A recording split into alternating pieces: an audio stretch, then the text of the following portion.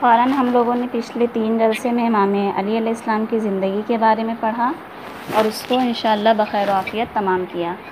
اب آج ہم جو پڑھیں گے وہ امام حسن علیہ السلام کی زندگی کے بارے میں پڑھیں گے۔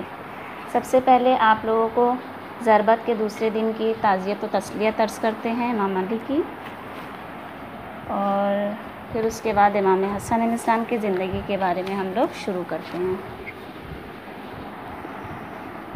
بسم اللہ الرحمن الرحیم۔ امام حسن علیہ السلام امام علی علیہ السلام اور جناب فاطمۃ الزہرا کے فرزند تھے اور رسول اکرم اور جناب خدیجہ کے نواسے تھے۔ آپ کو بھی خداوند عالم نے علم لدنی قرار دیا تھا، علم لدنی عطا کیا تھا۔ اگر آپ کی ولادت کے بارے میں دیکھیں گے تو آپ 15 ماہ رمضان سن 3 ہجری کو شب میں مدینہ منورہ میں پیدا ہوئے تھے، اور آپ کی ولادت کے بارے میں یہ کہا جاتا ہے کہ ولادت سے پہلے ام الفضل نے خواب میں دیکھا کہ رسول اکرم کے جسم مبارک کا ایک ٹکڑا میرے گھر میں آ پہنچا ہے۔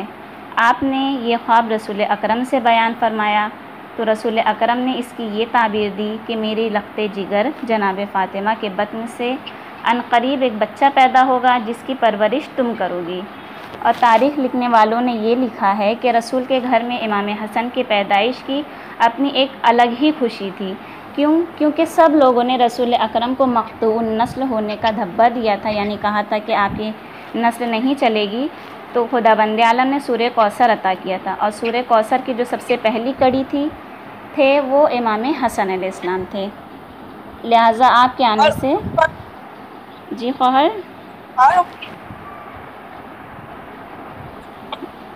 جی خواہر آپ کوئی سوال کرنا چاہ رہی ہیں؟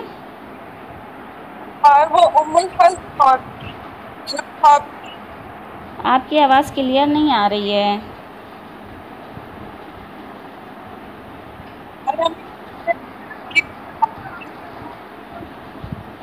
سوری خواہر، ہمیں آپ کی بالکل آواز سمجھ میں نہیں آ رہی۔ اگر خواہران کسی کو سمجھ میں آ رہی ہے تو پلیز ہمیں بتا دیجیے گا۔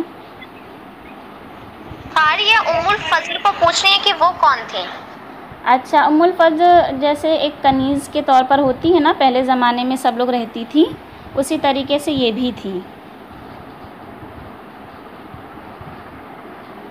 ٹھیک ہے خواہران، پھر امام حسن علیہ السلام کے بارے میں اگر ہم ان کے نام کے بارے میں دیکھیں گے تو رسول خدا نے آپ کا نام یعنی حسن رکھا تھا اور آپ کے بھائی کا نام حسین رکھا تھا۔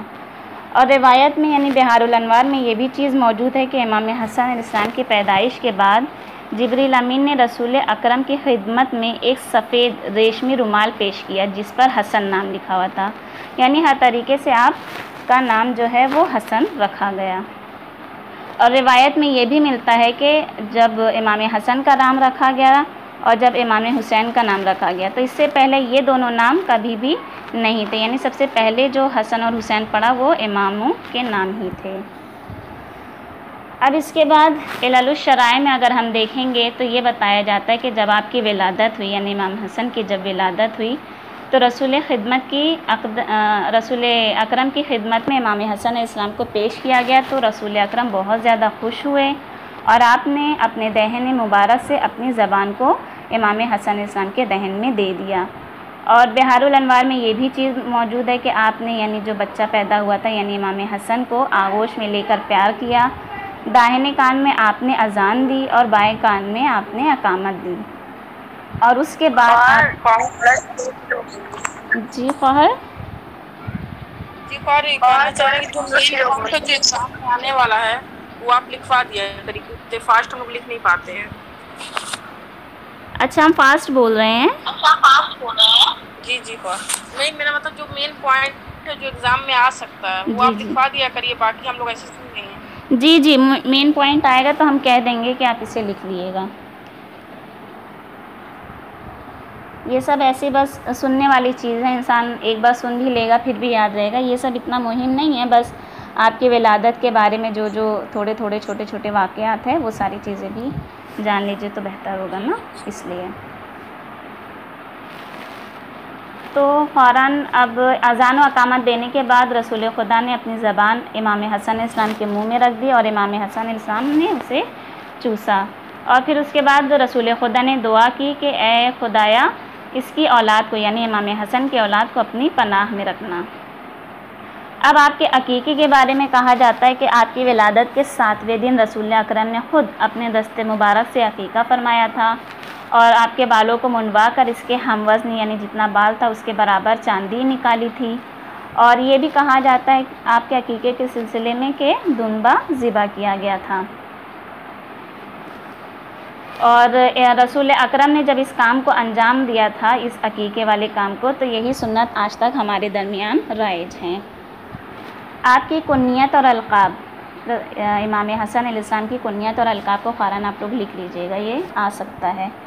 آپ کی کنیت ابو محمد تھی،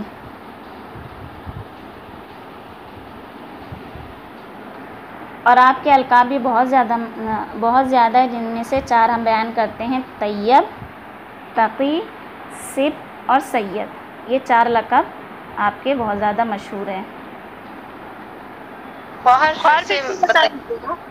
آپ کی کنیت ابو محمد تھی اور القاب طیب، تقی،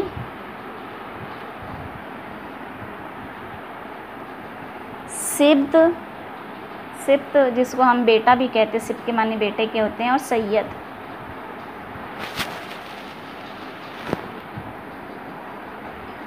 اور زیارت عاشورہ، جی آپ کا لقب تھا، آپ کا لقب طیب تھا، جی اور ہم پھر سے کہہ رہے ہیں، آپ کا لقب طیب تھا، طیب، اور آپ کا دوسرا لقب تقی تھا، تقی، تیسرا لقب آپ کا سبت تھا، سین بے قو، سبت،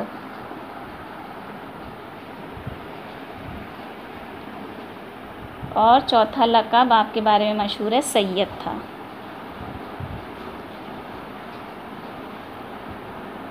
اور زیارت عاشورہ سے یہ بھی معلوم ہوتا ہے آپ کا 2 لقب، ناصح اور امین، یہ 2 لقب اور مشہور ہے آپ کا، جو کہ زیارت عاشورہ میں بھی آیا ہے۔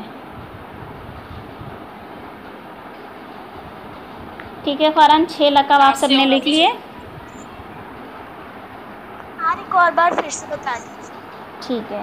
آپ کی کنیت کے بارے میں کہا جاتا ہے کہ آپ کی کنیت ابو محمد تھی، اور آپ کا لقب طیب، تقی، سبت، سید، ناصح اور امین، یہ 6 لقب آپ کے مشہور ہیں۔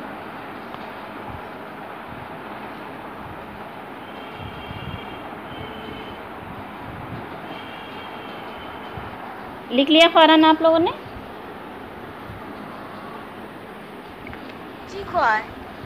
ٹھیک ہے۔ اب امام حسن علیہ السلام پیغمبر اکرم کی نظر میں کیا اہمیت رکھتے تھے؟ تو امام حسن علیہ السلام پیغمبر کے نواسے تھے، اور قرآن مجید نے بھی انہیں فرزند رسول کا درجہ دیا تھا، اور ہر جگہ آپ کے تذکرے کو بھی کیا ہے۔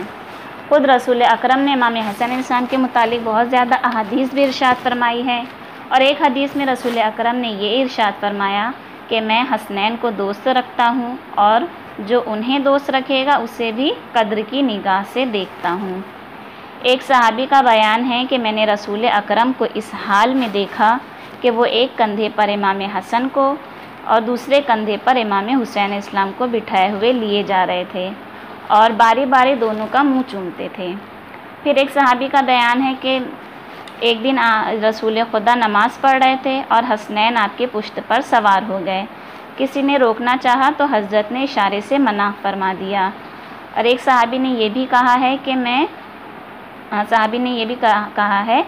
کہ میں اس دن سے امام حسن کو بہت زیادہ دوست رکھنے لگا ہوں جس دن میں نے رسول کی آغوش میں بیٹھ کر انہیں ان کی داڑھی سے کھیلتے ہوئے دیکھا۔ یعنی صحابی نے کہا کہ میں پہلے بھی دوست رکھتا تھا، یعنی پسند کرتا تھا امام حسن کو، لیکن اس دن سے اور زیادہ پسند کرنے لگا جب میں نے یہ دیکھا کہ رسول کی آغوش میں بیٹھ کر امام حسن ان کی داڑھی سے کھیل رہے ہیں۔ اور یہ بھی روایت میں ملتا ہے کہ ایک دن رسول اکرم امام حسن کو اپنے کندھے پر سوار کیے ہوئے کہیں لے جا رہے تھے تو ایک صحابی نے کہا کہ اے صاحبزادے تمہاری سواری کس قدر اچھی ہے، یعنی امام حسن سے مخاطب ہو کر کہا کہ تمہاری سواری، یعنی رسول اکرم نے ان کو کیونکہ سوار کیا ہوا تھا اس لیے کہا کہ تمہاری سواری کس قدر اچھی ہے۔ تو رسول اکرم نے یہ فرمایا کہ تم یہ نہ کہو کہ سواری کس قدر اچھی ہے بلکہ یہ کہو کہ سوار کس قدر اچھا ہے، یعنی امام حسن کی فضیلت کو بیان کرنا چاہ رہے تھے یہاں پر رسول خدا۔ اور روایت میں یہ بھی ملتا ہے کہ رسول خدا ایک دن امام حسن کو اپنے کندھے پر بٹھائے ہوئے فرما رہے تھے، خدایا میں اسے دوست رکھتا ہوں، تو بھی اس سے محبت کر۔ اور یہ ساری چیزیں تو آپ لوگوں نے سنی ہی ہوگی، مطلب تھوڑے تھوڑے بس ایسی فضائل ہم بیان کر دیں تاکہ آپ لوگ یہ سب سن لیں۔ ایک دن رسول اکرم نماز جماعت پڑھا رہے تھے کہ اچانک امام حسن علیہ السلام آ گئے اور دوڑ کر رسول خدا کی پشت پر سوار ہو گئے۔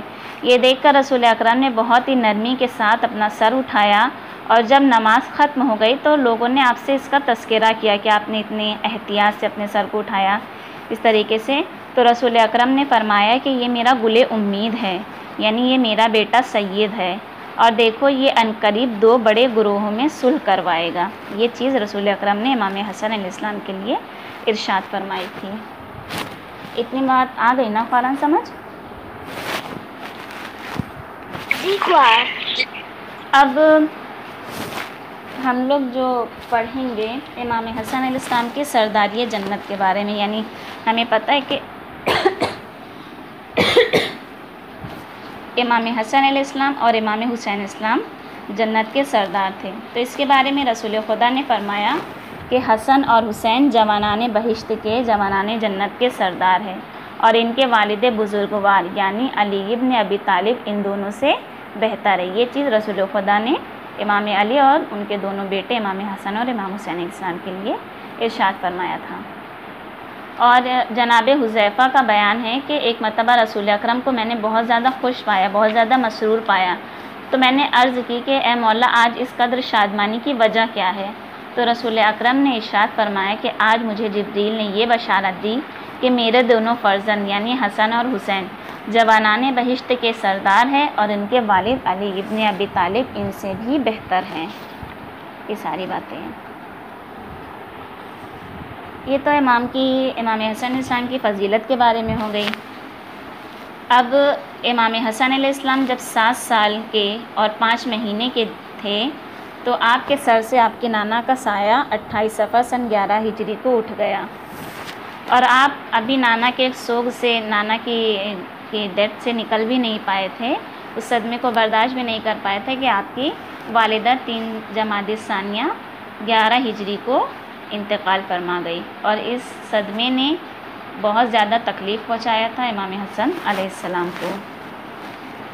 ٹھیک ہے خواران، رسول خدا کی شہادت کی تاریخ تو آپ لوگوں کو معلوم ہوگی نا، اور امام جناب فاطمہ الزہرا کی۔ اگر لکھنا چاہیں تو آپ لوگ لکھ سکتے ہیں 28 صفر سن 11 ہجری کو رسول خدا کی رحلت ہوئی تھی، اور 3 جمادی الثانیہ کو جناب فاطمہ الزہرا کی۔ فوراً آواز جا رہی ہے نا؟ اوکے۔ 28 ہجری کیا تھی؟ 28 صفر 11 ہجری کو رسول خدا کی شہادت واقع ہوئی تھی۔ 28 صفر سن 11 ہجری۔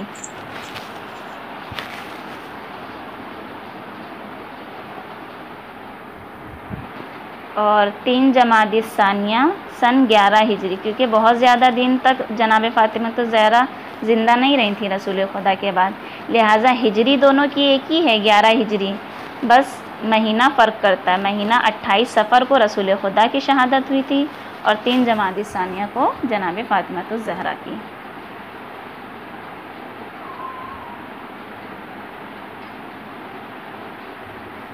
لکھ لیا خواران؟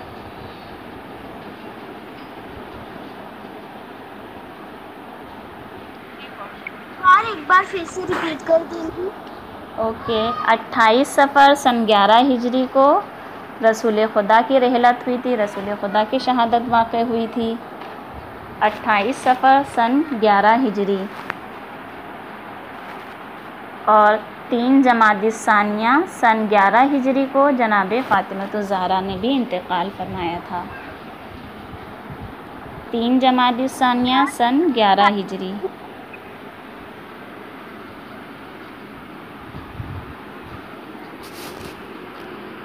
اور رسول اللہ کی وفات کے وقت 7 سال 5 مہینے کے امام حسن؟ جی 7 سال 5 مہینے۔ 28 صفر سن 11 ہجری میں رسول اللہ کیا بولے تھے آپ نے؟ رسول خدا کی رحلت واقع ہوئی تھی، یعنی رسول خدا اس دنیا سے چلے گئے تھے۔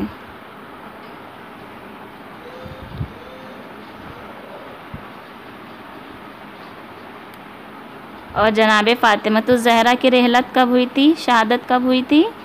3 جمادی الثانیہ سن 11 ہجری کو۔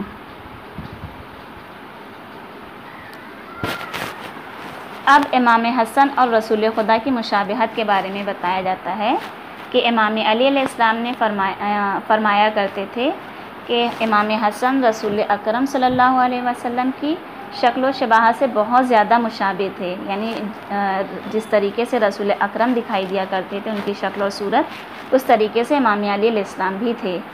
اور انس ابن مالک نے کیا کہا کہ امام حسن علیہ السلام کا جو نصف بالائی حصہ یعنی اوپر کا جو آدھا حصہ تھا وہ رسول خدا سے بہت زیادہ مشابہ تھا، اور آدھا حصہ جو نیچے کا تھا وہ رسول اکرم سے بہت زیادہ مشابہ تھا۔ ایک روایت میں یہ بھی ہے کہ رسول اکرم نے فرمایا کہ حسن میں خدا نے ہیبت اور سرداری عطا کی ہے، اور حسین میں خداوند عالم نے جرأت اور ہمت عطا کی ہے۔ اب امام حسن علیہ السلام کی عبادت کے بارے میں اگر ہم دیکھیں گے تو امام زین العابدین علیہ السلام نے فرمایا کہ امام حسن بہت زیادہ زبردست عابد تھے، یعنی بہت زیادہ عبادت کیا کرتے تھے، بے مثل زاہد تھے، افضل ترین عالم تھے۔ آپ نے جب بھی حج فرمایا پیدل حج فرمایا، کبھی کبھی پا برہنے یعنی پیروں میں کچھ ہوا نہیں کرتا تھا، یعنی چپل وغیرہ کے لحاظ سے چپل وغیرہ بھی نہیں تھی، اس طریقے سے بھی آپ نے حج کیا تھا۔ اور اکثر آپ موت کا جب ذکر ہوا کرتا تھا، یا عذاب کا، یا قبر کا، یا صراط کا، یا بعثت کا، یہ ساری چیزوں کا ذکر ہوا کرتا تھا، یا ان ساری چیزوں کو یاد کر کے آپ بہت زیادہ رویا کرتے تھے۔ اور جب کبھی بھی آپ وضو کرتے تھے تو آپ کے چہرے کا رنگ زرد پڑ جاتا تھا، جب آپ نماز کے لیے کھڑے ہوتے تھے تو آپ کانپنے لگتے تھے۔ اور آپ کا یہ معمول تھا کہ جب مسجد کے دروازے پر پہنچتے تھے تو خداوند عالم کو مخاطب کر کے کہتے تھے کہ میرے پالنے والے، تیرا گنہگار بندہ تیری بارگاہ میں آیا ہے، اے رحمان الرحیم اپنے اچھائیوں کے صدقے میں مجھ جیسے برائی کرنے والے بندے کو معاف کر دے۔ یہ ساری چیزیں امام حسن علیہ السلام اس وقت فرماتے تھے جب آپ مسجد کے دروازے پر پہنچتے تھے۔ آپ کے زہد کے بارے میں یہ بتایا جاتا ہے کہ امام حسن علیہ السلام نے اکثر اپنا سارا مال راہ خدا میں تقسیم کر دیا کرتے تھے، اور بعض مرتبہ کچھ بار ایسا ہوا کہ آپ نے اپنا نصف مال یعنی آدھا مال راہ خدا میں لٹا دیا تھا، اور آپ بہت زیادہ زاہد اور پرہیزگار تھے۔ آپ کی سخاوت کے بارے میں یہ کہا جاتا ہے کہ امام حسن علیہ السلام سے اگر کوئی بھی ایک مرتبہ ایک شخص نے امام حسن علیہ السلام سے کچھ مانگا، دست سوال دراز کیا، تو آپ نے 50,000 درہم اور 500 اشرفیاں دے دی، اور فرمایا کہ مزدور کو بلوا کر اسے اٹھوا کر لے جاؤ۔ اور اس کے بعد جب مزدور آیا اسے اٹھا کر لے گیا تو آپ نے مزدور کی مزدوری بھی دی تھی۔ یہ آپ کی سخاوت کے بارے میں بتایا گیا ہے۔ تو فوراً اتنی بات آپ لوگوں کو آ گئی نا سمجھ میں؟ جی خواہ ٹھیک ہے۔ اب امام حسن علیہ السلام کے حلم کے، آپ کے اخلاق کے بارے میں بیان کیا جاتا ہے کہ ایک مرتبہ امام حسن علیہ السلام گھوڑے پر کہیں تشریف لے جا رہے تھے، تو راستے میں معاویہ کے جو طرفدار تھے، معاویہ کے جو چاہنے والے تھے، اس میں سے ایک شامی آپ کے سامنے آ گیا۔ اس نے آپ کو گالیاں دینی شروع کر دی، آپ نے اس کا کوئی بھی جواب نہیں دیا، اور جب وہ گالی وغیرہ جو باتیں مطلب بری امام حسن علیہ السلام کو بول چکا تو آپ اس کے قریب گئے اور اس کو سلام کیا اور فرمایا کہ بھائی شاید تو مسافر ہے، سنو اگر تمہارے پاس کوئی سواری نہیں ہے تو میں تم کو سواری دوں گا، اگر تم بھوکے ہو تو میں تمہیں کھانا کھلاؤں گا، اگر تمہیں کپڑے کی ضرورت ہے تو میں تمہیں کپڑا دے دوں گا، اگر تمہیں رہنے کے لیے کوئی جگہ چاہیے تو میں مکان اور منزل کا انتظام کر دوں گا، اگر دولت کی ضرورت ہے میں تمہیں اتنا دوں گا کہ تم خوشحال ہو جاؤ گے، یہ سن کر شامی بہت زیادہ شرمندہ ہوا اور یہ کہا کہ میں گواہی دیتا ہوں آپ زمین خدا پر اس کے خلیفہ ہیں۔ مولا میں تو آپ کو اور آپ کے باپ دادا کو سخت نفرت اور حقارت کی نظر سے دیکھتا تھا، لیکن آج آپ کے اخلاق نے مجھے آپ کا گرویدہ بنا دیا، اور میں اب سے آپ کے قدموں سے دور نہیں جاؤں گا، یہاں تک کہ آپ کی خدمت میں ہمیشہ رہوں گا۔ یہ ساری باتیں اس شامی شخص نے کہی تھی۔ اتنی بات آ گئی نا خواہران؟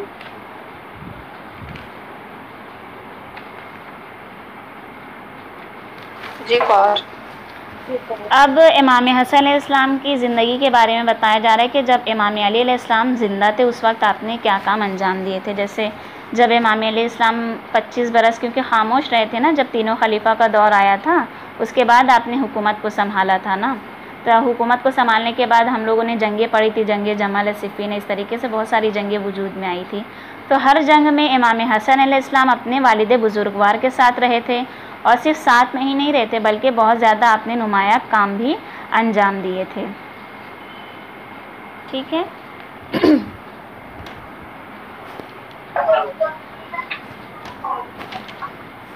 جی خواہر۔ اور جیسے نمایاں کام میں یہ بھی بتایا جاتا ہے کہ جب جنگ جمل کا خاتمہ ہو چکا تھا تو جب جناب عائشہ جانے کے لیے مدینہ آمادہ نہیں تھی تو امام علی علیہ السلام نے امام حسن کو بھیجا تھا اور کہا تھا کہ تم انہیں سمجھا بجھا کر واپس مدینہ بھیج دو۔ تو اس چیز میں امام حسن علیہ السلام کامیاب ہوئے تھے اور جناب عائشہ کو آپ نے سمجھا بجھا کر مدینے کی طرف روانہ کر دیا تھا۔ اور بعض تاریخوں میں یہ بھی ملتا ہے کہ جب جنگ جمل اور صفین واقع ہوئی تھے تو اس لشکر کے جو علمدار تھے وہ امام حسن علیہ السلام تھے۔ اور اب امام علیہ السلام کی شہادت اور امام حسن علیہ السلام کی بیعت کے بارے میں بتایا جاتا ہے۔ تاریخ میں یہ ملتا ہے کہ جب امام حسن علیہ السلام کے والد بزرگوار امام علی علیہ السلام کے سر مبارک پر مسجد کوفہ میں 19 رمضان سن 40 ہجری کو صبح کے وقت معاویہ کی سازش کے مطابق ابن ملجم نے زہر میں بجھی ہوئی تلوار آپ کے سر اقدس پر لگائی، جس کے صدمے سے آپ نے 21 رمضان المبارک سن 40 ہجری کو بوقت صبح شہادت پائی تھی۔ ٹھیک ہے، اتنی بات تو فوراً آپ لوگوں کو معلوم ہوگا جیسے کہ ایام امام علی علیہ السلام بھی چل رہا ہے۔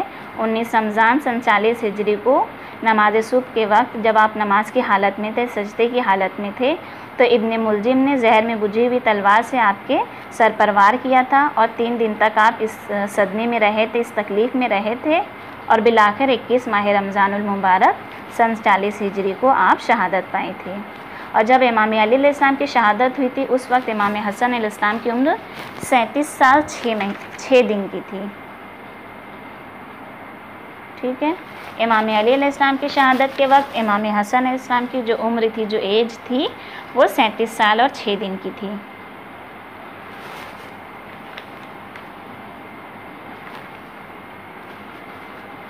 اور امام علی علیہ السلام، جی خواہر کوئی سوال ہے؟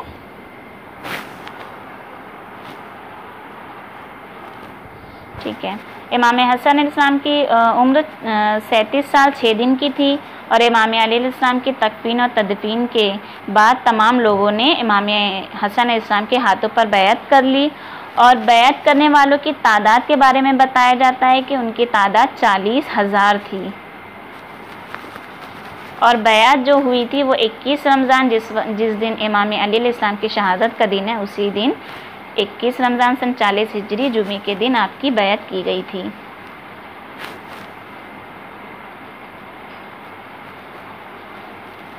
اور علامہ مجلسی یہ بھی فرماتے کہ کتنی تھی جمعے کے دن؟ جمعے کے دن 21 رمضان سن 40 ہجری، یعنی جس دن امام علی علیہ السلام کی شہادت واقع ہوئی تھی، بلا فاصلہ لوگوں نے آپ کی بیعت کر لی تھی۔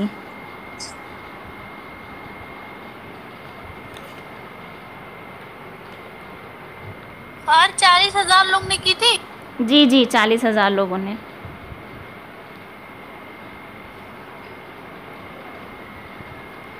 اب علامہ مجلسی فرماتے ہیں کہ اس وقت آپ نے جب بیعت لوگوں نے کر لی تھی تو آپ نے فصیح اور بلیغ خطبہ دیا تھا، جس میں خداوند عالم کی حمد و ثنا کے بعد 12 امام کی خلافت کا ذکر فرمایا تھا، اور اس کی یہ وضاحت کی کہ رسول اکرم نے فرمایا ہے کہ ہم میں سے ہر ایک یا تلوار کے گھاٹ اترے گا یا زہر دغا سے شہید ہوگا.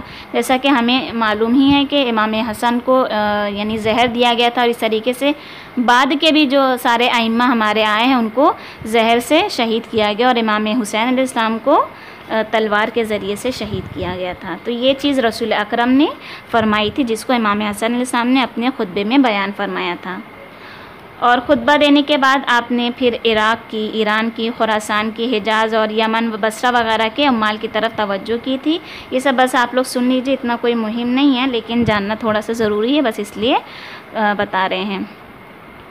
عبداللہ ابن عباس کو امام حسن علیہ السلام نے بصرے کا حاکم بنایا تھا، اور معاویہ کو جیسے ہی یہ خبر پہنچی کہ بصرے کے حاکم ابن عباس مقرر کر دیے گئے ہیں تو اس نے 2 جاسوس کو روانہ کیا تھا، جو کہ قبیلہ حمیر کا تھا جو کہ کوفے کی طرف تھا، اور دوسرا قبیلہ بنی قین کا جس کو بصرے کی طرف، یعنی ایک جاسوس کو کوفے کی طرف روانہ کیا معاویہ نے اور دوسرے جاسوس کو بصرے کی طرف روانہ کیا. اور معاویہ کا مقصد یہی تھا کہ لوگ امام حسن علیہ السلام کی بیعت سے منحرف ہو کر میرے پاس آ جائیں، لیکن یہ دونوں جاسوس جب آئے تو گرفتار کر لیے گئے اور بعد میں انہیں قتل کر دیا گیا. اور جب امام یہ سب نوٹ نہیں خواہ نوٹ کرنے والی چیز نہیں، نوٹ کرنے والی ہوگی ہم خود بتائیں گے نا، ٹھیک ہے خواہ. اور جب امام حسن علیہ السلام کے ہاتھوں میں حکومت آئی تو زمانہ بہت زیادہ پرآشوب تھا کہ امام علیہ السلام کی شجاعت کے چرچے جو عرب کے زمانے میں موجود تھے، لوگوں کی زبانوں پر تھے، وہ دنیا سے کوچ کر چکے تھے. اور ان کی شہادت کے بعد بہت سارے سوئے ہوئے فتنے بیدار ہو گئے تھے، اور یعنی سارے مملکت اپنی سازشیں بنا رہے تھے. جیسے خود کوفہ میں اشعث ابن قیس ہے، عمر بن حریث ہے، شیش بن ابن ربیع ہے وغیرہ، سارے کے سارے لوگ کیا ہے فساد کے لیے آمادہ ہو چکے تھے. اور معاویہ نے بھی ہر طرف جاسوس کو مقرر کر دیا تھا جو مسلمان میں پھوٹ ڈلواتے تھے اور حضرت کے یعنی امام حسن علیہ السلام کے لشکر میں اختلاف کا بیج بوتے تھے. اور اس نے کوفہ یعنی جو جاسوس وغیرہ تھے وہ بہت زیادہ بڑے بڑے سرداروں سے سازشی ملاقات وغیرہ بھی کی، رشوتیں وغیرہ بھی کی، تاکہ سب امام حسن علیہ السلام کے مخالف ہو جائے اور معاویہ کے پاس آ جائے. معاویہ نے عمر ابن حریث کو اور اشعث ابن قیس کو، حجر کو، شبس ابن ربیع کو، سب کے پاس کیا ہے علیحدہ یعنی جدا جدا پیغام بھیجا، اور یہ کہا کہ تم سے جس طریقے سے بھی بن پڑے تم امام حسن ابن علی کو قتل کروا دو، اور جو کوئی بھی یہ کام کرے گا میں اس کو 2 لاکھ درہم انعام دوں گا، فوج کی سرداری عطا کروں گا اور اپنی کسی لڑکی سے شادی کروں گا. یہ 3 چیز فوراً پوچھی جا سکتی ہے کہ معاویہ نے امام حسن علیہ السلام کے قتل کے لیے کون سا انعام مقرر کیا تھا. ٹھیک ہے، سب سے پہلا اس نے یہ کہا تھا کہ میں 2 لاکھ درہم انعام دوں گا. سب سے پہلا کام 2 لاکھ درہم انعام میں دوں گا.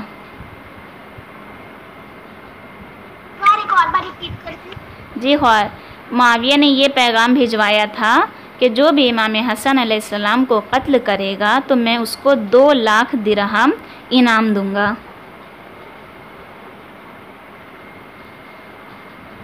2 لاکھ درہم انعام دوں گا. اور دوسرا فوج کی سرداری عطا کروں گا.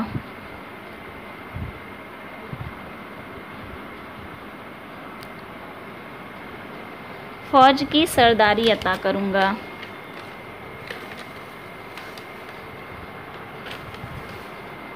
اور تیسرا میں اپنی کسی لڑکی سے اس کی شادی کراؤں گا.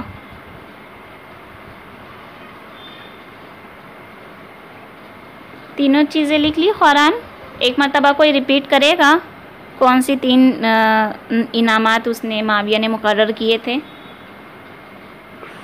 پہلا تھا 2 لاکھ درہم انعام دوں گا. جی.